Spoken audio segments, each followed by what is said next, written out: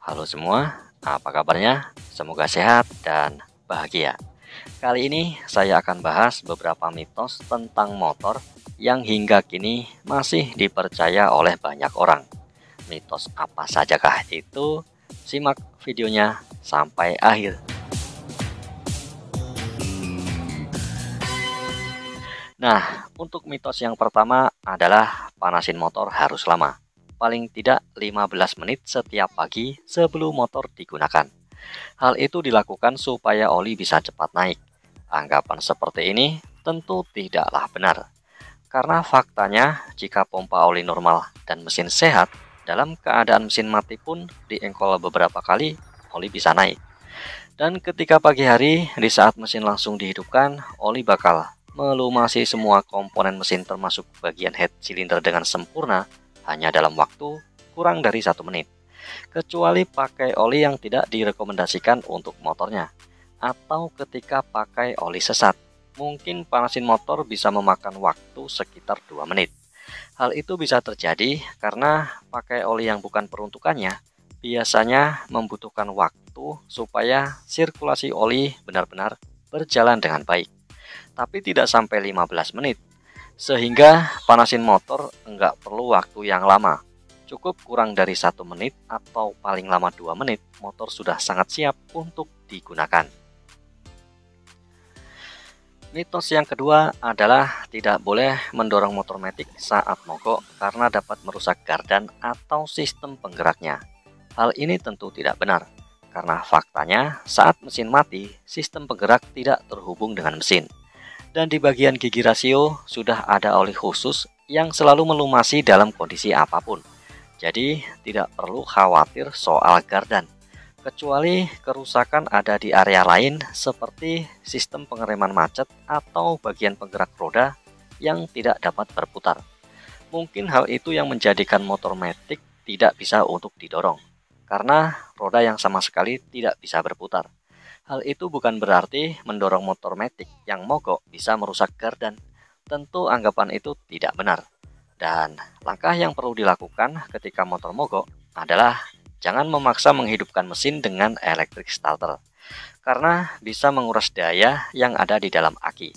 Sehingga pinggirkan motor di tempat yang aman untuk cek isi bensin, cek kelistrikan, cek kompresi pakai kickstarter atau engkol jika motor dilengkapi fitur kickstarter, atau panggil bantuan untuk penanganan lebih lanjut. Dan jika diperlukan, selama bagian roda bisa berputar, sangat diperbolehkan untuk mendorong motor matic yang mogok. Mitos yang ketiga adalah lampu utama yang menyala terus bisa bikin aki tekor. Anggapan ini tidak benar, karena faktanya lampu utama tidak ada kaitannya dengan cepat tekor atau tidaknya aki pada sepeda motor. Sedikit penjelasan soal aki tekor.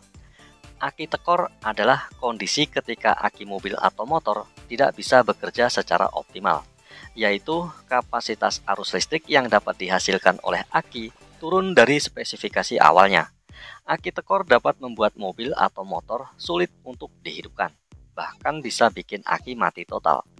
Beberapa penyebab aki tekor diantaranya pengisian air aki yang tidak benar, kabel aki yang longgar atau rusak, penggunaan aki yang sudah tua atau rusak, penambahan aksesoris kelistrikan yang terlalu berlebihan, mobil atau motor yang sudah lama tidak digunakan, sistem pengisian aki yang rusak, konsleting pada sistem kelistrikan, kecerobohan dalam penggunaan seperti lupa mematikan lampu saat motor tidak digunakan. Dan dari yang sudah dijelaskan, tidak ada yang namanya lampu utama nyala terus bisa bikin aki cepat tekor, kecuali lupa mematikan lampu saat mesin tidak dihidupkan, atau pakai aksesoris lampu yang terlalu berlebihan. Tentu hal itu bisa bikin aki tekor.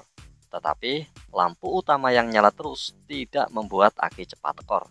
Malahan untuk motor keluaran terbaru, lampu utamanya dibuat nyala terus, karena ada peraturan lalu lintas yang mengharuskan untuk menyalakan lampu utama saat berkendara, sehingga pabrikan menghilangkan saklar on-off agar lampu utama selalu menyala dalam kondisi apapun. Hal ini tentu menjawab bahwa lampu utama yang menyala terus bisa bikin aki cepat tekor adalah mitos. Mitos yang keempat adalah motor baru tidak boleh dipakai ngebut. Mitos ini tidak benar, karena motor baru sudah melewati berbagai macam pengujian dan pemeriksaan sebelum dipasarkan. Berbeda dengan motor 2 tak atau motor lama, motor keluaran terbaru bisa langsung digunakan secara normal asalkan mematuhi batas kecepatan yang dianjurkan pabrik. Dan yang tidak dianjurkan adalah membuka gas secara mendadak, karena bisa menyebabkan penyesuaian mesin berjalan kurang maksimal.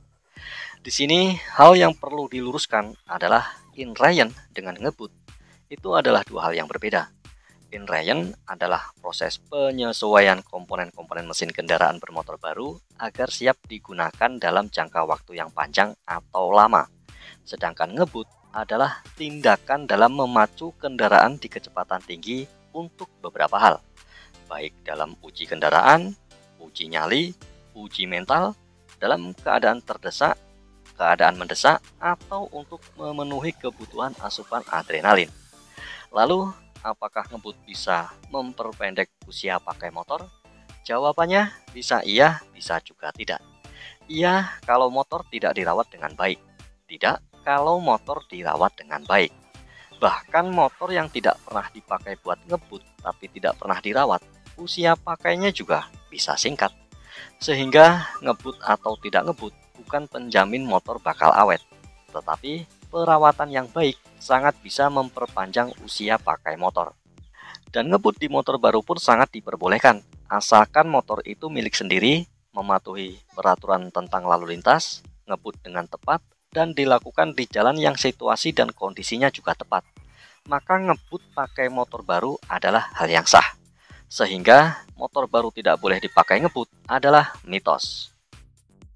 Mitos kelima adalah menggoyang-goyangkan motor saat isi bensin supaya udara bisa keluar dan tangki BBM bisa benar-benar full terisi bensin. Anggapan ini tentu sangat tidak benar, karena faktanya hal itu tidak efektif. Tangki BBM sudah didesain khusus supaya tangki bisa terisi bensin secara merata tanpa harus digoyang-goyang. Dan perlu digarisbawahi, bensin adalah benda cair, di mana benda cair akan bergerak bebas dengan sendirinya untuk mengisi ruang kosong dan menyesuaikan bentuk wadahnya. Sekecil apapun, sesempit apapun, benda cair akan terus berusaha memasuki celah tersebut. Kecuali jika bentuk lubang tangki BBM melawan gravitasi bumi, mungkin akan sulit buat bensin memenuhi tangki BBM. Untuk pengisian bensin supaya tangki BBM benar-benar full terisi bensin dengan sempurna, bisa dengan cara mengurangi kecepatan aliran bensin ke dalam tangki BBM saat bensin mulai terlihat menjelang full. Cara ini terbukti lebih efektif karena udara akan keluar dengan sendirinya dan bensin akan memenuhi tangki BBM secara merata. Sehingga tidak perlu menggoyang-goyangkan motor karena hal itu sama sekali tidak efektif. Mitos keenam adalah motor bakal lolos speed gun karena dimensinya lebih kecil dibanding mobil. Tentu hal ini tidak benar, karena faktanya speed gun membaca berdasarkan kecepatan, bukan ukuran kendaraan. Kecuali pakai motor Ghost Rider, mungkin bakal lain cerita. Nah, itu tadi beberapa mitos tentang motor yang hingga kini masih dipercaya oleh banyak orang. Padahal secara logika, anggapan itu sangat mudah untuk dipatahkan karena tidak terbukti kebenarannya, sehingga harus diluruskan. Seiring berjalannya waktu, inovasi dan teknologi semakin berkembang dan semakin canggih, sehingga kekurangan di sebuah kendaraan pada masa lalu dan masa kini akan diperbaiki supaya ke depan hal yang dulu menjadi sebuah kekurangan sekarang menjadi hal yang baik untuk di kendaraan. Tapi hal itu adalah mitos, karena faktanya hanya sedikit dari masalah masa lalu yang diperbaiki. Dan hal yang sudah baik justru digantikan dengan inovasi baru yang malah bikin masalah baru, seperti rangka lipat atau kaya fitur, tapi kelistrikan sering error menjadi momok tersendiri buat pemilik motor di era yang serba canggih seperti sekarang ini.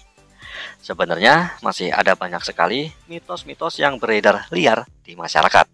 Teman-teman bisa tambahkan mitos lain tentang kendaraan bermotor di kolom komentar. Sekian dulu video dari saya, semoga bermanfaat. Maaf kalau ada kata atau ucapan yang mungkin kurang berkenan. Kolom komentar selalu terbuka untuk siapapun yang mau berkomentar apapun. Terima kasih sudah menonton. Sampai jumpa.